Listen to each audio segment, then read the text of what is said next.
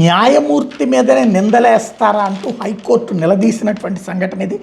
న్యాయమూర్తి జస్టిస్ నూనేపల్లి హరినాథ్ మీద ప్రభుత్వ ప్రత్యేక న్యాయవాది సింగమనేని ప్రణతి దాఖలు చేసిన అప్పీల్లో ఉపయోగించిన అభ్యంతరకర పదజాలం మీద హైకోర్టు ప్రధాన న్యాయమూర్తి నేతృత్వంలో ధర్మాసనం తీవ్ర ఆగ్రహం వ్యక్తం చేసి న్యాయమూర్తిపై తీవ్ర వ్యాఖ్యలు, నిరాధార ఆరోపణలు చేస్తే సహించేది లేదని స్పష్టం చేసింది. ఆరోపణలు చేయడం మాత్రమే కాదని వాటిని ఆధారాలతో నిరూపించాల్సిన బాధ్యత కూడా ఉందని తేల్చి చెప్పింది. దీంతో ప్రణతి తరపు న్యాయవాది క్షమాపణ చెప్పడంతో పాటు ఆ వ్యాఖ్యలను అప్పీల్ నుంచి తొలగిస్తామని కోర్టుకు విన్నవించారు. కాకినాడ మున్సిపల్ కార్పొరేషన్ పరిధిలో ₹1,00,00,000 భూమిని కొట్టేసేందుకు కుట్ర పన్ని కోర్టునే తప్పుదోవ పట్టించిన వ్యవహారం మీద ఏసీబీ విచారణకు ఆదేశిస్తూ సింగిల్ జడ్జి జస్టిస్ నూనేపల్లి హరినాథ్ ఇచ్చిన ఉత్తర్వును సవాల్ చేస్తూ ప్రభుత్వ ప్రత్యేక న్యాయవాది సింగమనేని ప్రణతి అప్పీల్ దాఖలు చేశారు. ఆ అప్పీల్లో సింగిల్ జడ్జి మీద అభ్యంతరకరమైన భాష ఉపయోగించారు.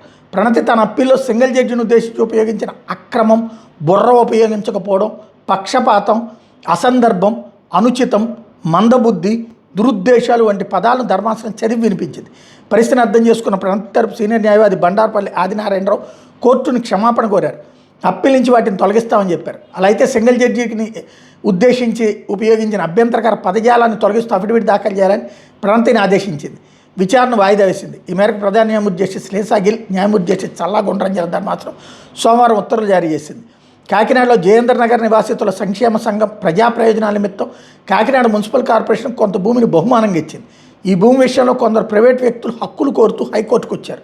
దాని మీద స్పందించిన కాకినాడ మున్సిపల్ కార్పొరేషన్ ప్రైవేట్ వ్యక్తుల హక్కులు కోరుతున్న భూమి తమదేనని, దానిని రక్షించాల్సిన బాధ్యత తమపై ఉందని హైకోర్టులో కౌంటర్ దాఖలు చేసింది. అయితే కూటమి ప్రభుత్వం అధికారంలోకి వచ్చిన తర్వాత కాకినాడ మున్సిపల్ కార్పొరేషన్ మాట మార్చింది. ఆ భూముల విషయంలో తాము జోక్యం చేసుకోబోమంటూ హైకోర్టు ముందు కౌంటర్ దాఖలు చేసింది. అట్లాగే జయేంద్ర నగర్ నివాసితుల సంక్షేమ సంఘం న్యాయవాది కూడా ఆశ్చర్యకరంగా ఆ భూమి మీద తాము జోక్యం చేసుకోబోమని కోర్టుకు వివరించారు. అయితే దీన్ని జయేంద్ర నగర్ నివాసితుల సంక్షేమ సంఘం తోసిపుచ్చింది. ఆ భూముల విషయంలో జోక్యం చేసుకోబోమంటూ కోర్టుకు చెప్పాలని తాము ఎన్నడూ తమ న్యాయవాదికి చెప్పలేదని చెప్పింది. వీటన్నిటితో పాటు ఈ కేసులో గతంలో ప్రైవేట్ వ్యక్తుల తరపున హాజరైన ప్రణతి ఇప్పుడు ప్రభుత్వ ప్రత్యేక న్యాయవాదిగా ప్రభుత్వం తరపున హాజరు కావడం, అలాగే ఆ ప్రైవేట్ వ్యక్తుల తరపున ప్రస్తుతం ప్రణతి భర్త రాహుల్ చౌదరి హాజరు కావడం వంటి పరిణామాల నేపథ్యంలో ఈ మొత్తం వ్యవహారంపై విచారణ జరిపిన జస్టిస్ హరినాథ్ పలు అనుమానాలు వ్యక్తం చేశారు. వాస్తవాలను నిగ్గుదేల్చేందుకు ఏసీబీ విచారణకు ఆదేశిస్తూ గత నెల 28న ఉత్తర్వులు ఇచ్చారు. ఈ ఉత్తర్వును సవాల్ చేస్తూ ఎస్జీపీ సింగమనేని ప్రణతి గురువారం ధర్మాసనం ముందు అప్పీల్ దాఖలు చేశారు.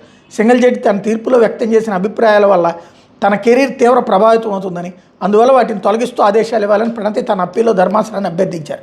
ఈ అప్పీల్ మీద గత నెల 31 విచారణ జరిపిన సీజే ధర్మాసనం ప్రణతి మీద సింగిల్ జడ్జి వ్యక్తం చేసిన ప్రతికూల అభిప్రాయాలను, అలాగే ఆమెపై ఏసీబీ విచారణను తదుపరి విచారణ వరకు నిలిపేస్తూ మధ్యంతర ఉత్తర్వులు జారీ చేసిన విషయం తెలిసింది. తాజాగా సోమవారం ప్రణతి దాఖలు చేసిన అప్పీల్ మరోసారి విచారణకు వచ్చింది.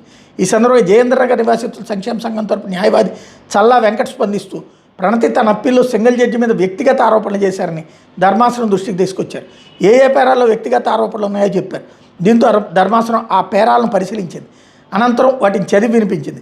సింగిల్ జడ్జిని ఉద్దేశించి అప్పీల్లో ఉపయోగించిన పదజాలాన్ని తీవ్రంగా పరిగణిస్తున్నామంటూ ధర్మాసనం ఆగ్రహం వ్యక్తం చేసింది. దీంతో వాటిని అప్పీల్ నుంచి తొలగిస్తామని ప్రణతి తరపు సీనియర్ న్యాయవాది ఆదినారాయణరావు చెప్పడంతో ఆ మేరకు అఫిడవిట్ని తమ ముందుంచాలని ధర్మాసనం ఆదేశించింది.